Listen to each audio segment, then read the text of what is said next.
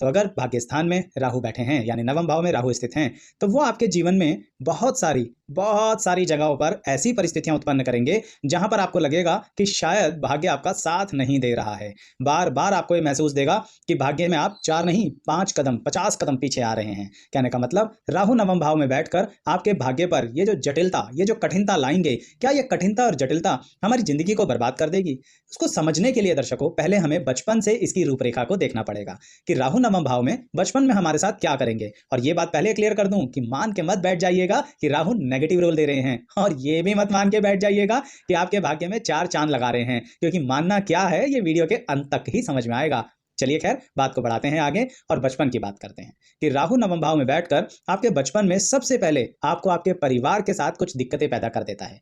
अब यहां पर इसका मतलब ये बिल्कुल नहीं है कि आपके परिवार के साथ जो दिक्कतें पैदा होंगी तो इसका मतलब आपके मतभेद होंगे, ऐसी बात नहीं है दर्शकों। विषय कुछ और हो सकता है, जैसे कि आप पैदा तो बहुत धनवान परिवार में हुए या फिर एक सामान्य धन जो परिवार में था जिससे घर का बड़ा अच्छा गुजर बसर तो चल ही जाता था, ऐसे परिवार में राहु पैदा तो कर देते हैं, लेकिन आपके बचपन से ही आपके परिवार में कुछ धन को लेकर दिक्कतें पैदा कर देंगे। यानी अब आप ये मत सोचना कि ये सब आपके कारण हुआ है, मैं तो ये बता रहा हूं कि बचपन में राहु नवम भाव में बैठकर आपको शुरुआत से ही थोड़ा सा ये महसूस कराते रहेंगे कि पैसा कितना जरूरी है। आप कहेंगे आचार्य जी ये तो सबको पता है पैसा कितना जरूरी है, मैं जानता हूं, परंतु आपको बड़ी गहराई से समझाएंगे। यानी एक अच्छे परिवार, संपन्न परिवार में पहुंचने के बावजूद भी कई बार भाग्य ऐसा कर देता है उस परिवार के साथ कि आपको पैसे की बहुत ज्यादा गंभीरता समझ में आ जाती है।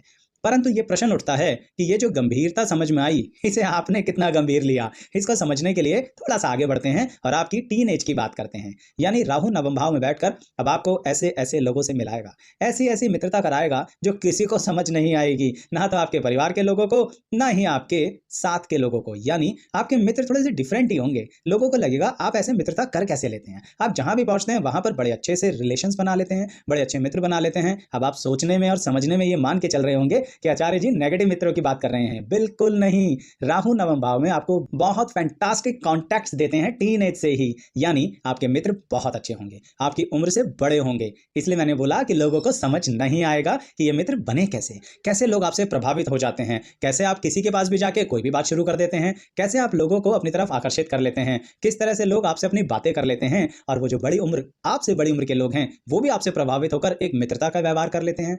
यानी यही कॉन्टैक्ट्स जो टीन एज से आपके शुरू होंगे, आगे चल के राहु नवम भाव में आपको बहुत फायदा देने वाले हैं इन कॉन्टैक्ट्स के जरिए।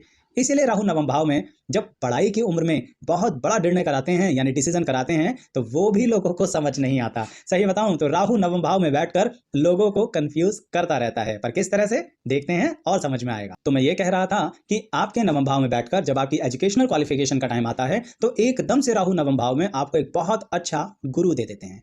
गुरु का मतलब यानी आपको कहीं ना कहीं से बहुत अच्छी नॉलेज मिलती रहेगी, बहुत अच्छी गाइडेंस मिलती रहेगी। और ये जरूरी नहीं है कि आपके बहुत क्लोज फैमिली मेंबर से मिले, यानी जिस घर में आपने जन्म लिया है उसी से, कहीं से कोई भी व्यक्ति आपके जीवन में आकर टकरा जाएगा और आपके लिए एक बहुत अच्छे मेंटर का काम करेगा, यानी बहुत अच्छा मार्गदर्शक। अब आपका राहु नवम भाव में बैठकर, जैसे मैंने आपसे कहा ना, अपने से उम्र और अपने से ओहदे में ज्यादा लोगों के साथ भी मित्रता करा रहा है, ठीक ऐसे ही यह व्यक्ति भी आपको बहुत सहायता देंगे। और राहु नवम भाव में बैठने के कारण यह सहायता आपको एक अच्छा करियर दे देगी जीवन के शुरुआत में ही। यानी जो स्कूली शिक्षा होती है ना, वहां पर शुरुआत में तो आप बहुत ढीले थे, परंतु स्कूल के अंत समय तक आते आते चीजें संभल गई और फिर अचंभित कर दिया परिवार के लोगों को कि कैसे कर लिया आपने। आप तो अभी तक बड़ी परेशानी के साथ एक एक कदम आगे बढ़ा रहे थे और अब आप अपने स्टेट के या फिर अपने स्कूल के टॉपर बन गए। कमाल हो गया, है ना? बड़ा कमाल। यही अचंभित करते रहेंगे राहु नवम भाव में आपको बार बार। तो अब कुछ कदम और आगे बढ़ाते हैं और उस विषय पर आते हैं जहां पर हम करियर का चुनाव करते हैं या फिर हम किसी हायर एजुकेशन का डिसीजन लेते हैं। तो राहु नवम भाव में हायर एजुकेशन में आपको एडमिशन जल्दी करवा देंगे, यानी आप किसी हायर एजुकेशन की तरफ बढ़ेंगे। परंतु जिस हायर एजुकेशन की तरफ आप पहली बार कदम बढ़ाएंगे, हो सकता है राहु वहां से आपको तब्दील करा दें, यानी चेंजेस करा दें। लेकिन ये चेंजेस क्या बुरे होंगे? क्या हम मान के चलें कि हमारा दुर्भाग्य है कि हम इतने अच्छे लेवल पर इतने अच्छी तरह से पहुंचे और फिर हमें चेंज करने पड़ गए? ऐसा नहीं है। राहु नवम भाव में जो चेंजेस कराएंगे ये बेसिकली आपकी लॉन्ग टर्म लाइफ के लिए बहुत जरूरी होंगे, क्योंकि ये चेंजेस इसलिए होंगे कि आप थोड़ा बहुत, जिसे हम कहते हैं ना, बुरा मत मानिएगा जो कहने जा रहा हूं, थोड़ा बहुत हवा में आ गए थे और उस हवा में आने के कारण आपने कहा अब तो हम कोई भी चीज, कोई भी कॉम्पिटिटिव एग्जाम क्वालिफाई कर लेंगे। बस इसी कारणवश राहु नवम भाव में आपको एक्सपीरियंस देते हैं कि इतना आसान नहीं है, बहुत कठिन है। वो जो कहते हैं ना कि डगर पनघट की, वही वाली बात आपके लिए अप्लाई होती है कि आपको ये चेंजेस एक बहुत बड़ा सबक देंगे। उसके बाद जो आप करियर का चॉइस करेंगे उसे अचीव करेंगे और उसमें आप एक बहुत अच्छे से अपने लिए एक टारगेट बनाएंगे और समय से उसे पूरा करेंगे। अब यहाँ पर एक प्रश्न उठता है कि क्या राहु नवम भाव में बैठकर हमारे बड़े बुजुर्गों से हमें कोई सहायता दिलाएंगे? क्या हमारे पिता या पिता समान व्यक्ति से कोई सहायता दिलाएंगे? दर्शकों, इसमें थोड़ी सी शंका है। हो सकता है आपको वहां से सहायता ना मिले, लेकिन कोई और व्यक्ति आपके लिए पिता समान हो जाए। अब यहाँ पर आप सोचेंगे कि आचार्य जी हमें क्या वहीं से सहायता मिलती रहेगी, कहीं और से नहीं मिलेगी? भाई, आपको और जगह से भी सहायता मिलेगी, राहु नवम भाव में जो लेके बैठे हो। यानी अब आप जो संघर्ष करेंगे उसका लाभ कुछ अलग तरह से मिलेगा।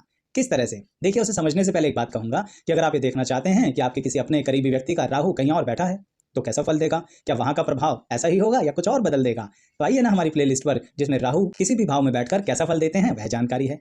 साथ ही अगर आप अपनी कुंडली के विश्लेषण में ये देखना चाहते हैं कि कोई ग्रह 12 भाव में कहीं पर भी अलग अलग बैठकर कैसा प्रभाव देता है, तो वो भी देख सकते हैं।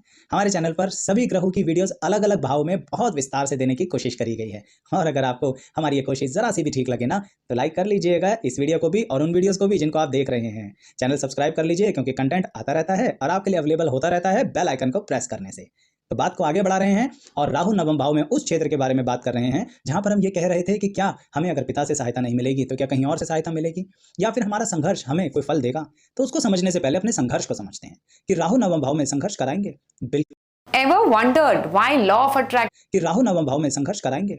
बिल्कुल कराएंगे। राहु का तो काम है संघर्ष कराना, पर यहाँ पर संघर्ष के साथ आपको एक बहुत बेहतरीन हिम्मत देंगे राहु नवम भाव में। देखिए, राहु का भाग्य भाव में बैठने का अंदाज, यानी उनका काम करने का अंदाज बड़ा अलग है। वो आपको फल बड़े अलग तरीके से देंगे। इसी कारणवश जो आप संघर्ष करेंगे ना, वो संघर्ष भी इस तरह का हो जहां पर आप कहीं पर भी एंटर कर जाएंगे। आप अपना व्यवसाय करते हैं, आप किसी प्रोफेशन में हैं, आप जॉब में जा रहे हैं, डर तो लगेगा ही नहीं। किस चीज का डर? अक्सर होता है ना, नए ऑफिस में गए तो नए लोगों से कैसे बात करें, बॉस से कैसे बात करें, बॉस के केबिन में जाते हुए जान निकल जाती है। व्यवसाय में है तो ग्राहक को कैसे कन्विंस करें, प्रोफेशन में है तो क्लाइंट का सेटिस्फेक्शन सबसे ऊपर है। यानी राहु नवम भाव में इन दुविधाओं से आपको हटा दे, अर्थात मन से डर खत्म कर देगा। आप तो निश्चिंत होकर एंटर करते चले जाएंगे और वही काबिलियत जो मैंने आपको टीनेज में बताई थी ना, आपकी अच्छे मित्र बनाना, जो आपके औहदे और उम्र दोनों से बड़े हैं, ठीक वही काम आप अपने कार्य क्षेत्र में करेंगे नवम भाव के राहु के कारण। यानी अब ये जो आप संघर्ष करेंगे शुरू में अपने आप को स्टैब्लिश करने में, वो संघर्ष किसी को नहीं दिखेगा। बाद में आपकी तरक्की सबको दिख जाएगी, सबको लगेगा बड़ा इजी जॉब है किसी भी तरह से अपनी लाइफ को इस फील्ड में करियर में स्टैब्लिश करना। लेकिन उन्हें ये नहीं पता कि आप कौन कौन से कांटों पर चल कर आए हैं, आपने किस किस तरह से लोगों से कॉन्टैक्ट्स बनाए। किस किस तरह का मतलब क्लियर कर दूं, अच्छे तरह से लोगों के साथ समय बिताकर, लोगों की परेशानियों को हल कर कर, लोगों के साथ कुछ पर्सनल डिस्कशंस करके, अपनी नहीं उनकी, यानी उनकी परेशानियां, उनकी दिक्कतों को सुनकर और उन्हें हल देकर। अब देखिए ना, आपने जब दूसरों को हल दिया तो इसका मतलब यह है कि आप एक बड़े अच्छे सलाहकार भी हैं। और राहु नवम भाव में बैठकर यही काबिलियत आपको आगे बहुत हेल्प करती है। यानी यहीं से आपका जो संघर्ष और लाभ का सिलसिला है शुरू हो जाता है। ये जो मैं संघर्ष बार बार कह रहा हूं, एक्चुअली में क्या होगा? सेहत, हेल्थ, यानी राहु आपको शारीरिक रूप से यहाँ पर थोड़ा सा कष्ट बढ़ा देंगे। दर्शकों, बिना वजह ही शरीर को कष्ट होगा। आपके मन में यह प्रश्न आएगा कि आचार्य जी हम कुछ गलत बात नहीं करते, किसी गलत संगति में नहीं है, कोई नशा नहीं करते, फिर भी हमारे ही शरीर को इतना कष्ट क्यों होता है? देखिए ना, राहु नवम भाव में आपकी जिंदगी में बड़े अच्छे अच्छे फल दे रहा है, और अगर वो इतनी स्पीड बढ़ा देगा तो आप तो बड़ी जल्दी करोड़पति बन जाएंगे ना। तो उस स्पीड को कम करने के लिए बीच बीच में आपको शारीरिक कष्ट देता रहेगा। ये बातें मिक्स अवस्था में इसलिए समझा रहा हूं दर्शकों कि राहु नवम भाव को साधारणतः ये भी मत मानिए कि आपका भाग्य परोस कर आपके सामने आएगा, परंतु ये भी मत मानिए कि आपके संघर्ष का लाभ नहीं मिलेगा। है ना, बड़ी विचित्र सी बात। राहु है भाई, परमानेंट वक्री रहते हैं, यानी उल्टे ही हैं। तो कहने का मतलब ये रहा कि आपको राहु को समझने के लिए उनकी गंभीरता को एक्सेप्ट करना पड़ेगा। आपको उनकी थोड़ी थोड़ी जो चंचलता और चपलता है उसको भी एक्सेप्ट करना पड़ेगा। अब देखिए ना, यहीं पर एक और कमाल की बात बताता हूं गंभीरता को लेकर। जैसा कि मैंने आपसे कहा कि राहु नवम भाव में आपको कोई मेंटर देंगे, आपको कोई पिता समान व्यक्ति देंगे, ऐसे ही राहु नवम भाव में आपको जिंदगी में कई बार मौके देंगे जो आप किसी को सही मायने में उसकी जिंदगी के मौत के मुंह से निकाल कर लाएंगे। आप कहेंगे आचार्य जी हम कोई डॉक्टर हैं जो किसी को मौत के मुंह से निकाल के लाएंगे? दर्शकों, मृत्यु सिर्फ वो नहीं होती जो सांस निकल जाने पर या प्राण निकल जाने पर होती है। मृत्यु वह भी होती है जिसमें किसी का मान सम्मान चला जाए, चाहे वो व्यक्ति कोई गलती ना कर रहा हो, पर अगर उसका मान सम्मान चला गया वो भी मृत्यु के समान ही है। ऐसी परिस्थिति में जब कोई आपके आसपास फंसा होगा, आपका कोई करीबी फंसा होगा, तो राहु नवम भाव में आपको बड़ी चमत्कारी रूप से वहां पहुंचा देंगे। और देखिए ना आपका कमाल, जो पूरी जिंदगी रहा क्या लोगों से घुलना मिलना जुड़ना, नए नए लोगों से बात करना और थोड़ा बहुत लोगों की जिंदगी में जानकारी भी लेते रहना, इंटरफेयर भी करते रहना। अब इंटरफेयर की बात बताऊंगा, पहले ये बात कंप्लीट कर लूं।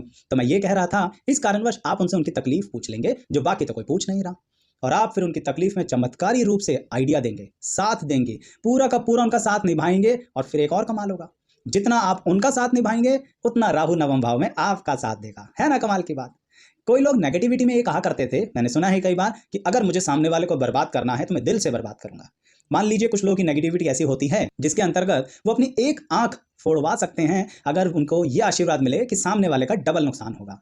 अब यहां पर राहु इस चीज को पॉजिटिव एंगल पर करते हैं। आप किसी का एक साथ देंगे ना, तो राहु आपका डबल साथ देगा। जानबूझ के इतना विस्तार से बताया है जिससे आपको समझ में आए कि राहु की यहाँ पर काबिलियत क्या है। यानी आपको कहीं ना कहीं वो संघर्ष करना पड़ेगा जब आप सामने वाले का साथ दे रहे होंगे। और बड़े मजे की बात है, उस समय लाभ की उम्मीद नहीं लगेगी आपको लगेगा कि बस यहाँ पर आपका मन खुश हो जाएगा अगर आप इस व्यक्ति का साथ देंगे तो यही क्वालिटी के साथ आगे बढ़ना दर्शकों। राहु नवम भाव में छुप कर लाभ देते हैं, छुप कर भाग्यशाली बनाते हैं, अचंभित कर देने वाले लाभ देते हैं, और सभी लोगों को अचंभित करते हैं जो आपके आसपास रहने वाले हैं कि तुम्हारी जिंदगी में ये डेवलपमेंट आया कैसे, तुम अपनी जिंदगी को इतना आगे लेकर आए कैसे। तो राहु आपको भी अचंभित करेंगे और दूसरों को भी अचंभित करेंगे। अच्छा, दूसरों से अंततः एक मन में बात आई तो बता ही देता हूं आपको कि राहु नवम भाव में आपको एक आदत बना देते हैं, और वह होती है सभी की लाइफ में इंटरफेयर करना। भाई बुरा मत मानिएगा, पर यह आपकी नेचर का हिस्सा है जो काम धंधे में तो बड़ा अच्छा रहता है, पर पर्सनल लाइफ में दूसरों को इरिटेट करता रहता है। क्योंकि आप ना तो किसी से कुछ पूछने में हिचकते हैं, ना कहीं जाने में हिचकते हैं, ना कुछ जानने में हिचकते हैं, और तो और ना कुछ बोलने में हिचकते हैं। तो इसी कारणवश कभी कभी लोग आपसे भाग जाते हैं, पर क्या करें, आप उनके काम भी तो बहुत आते हैं तो वापस आ जाते हैं। तो चिंता का ये विषय नहीं है, पर थोड़ा सा ये विषय चिंता का इस रूप में जरूर है कि अगर आप इंटरफेयर करना थोड़ा कम कर दें तो लोग और ज्यादा आपसे जुड़ जाएंगे। बाकी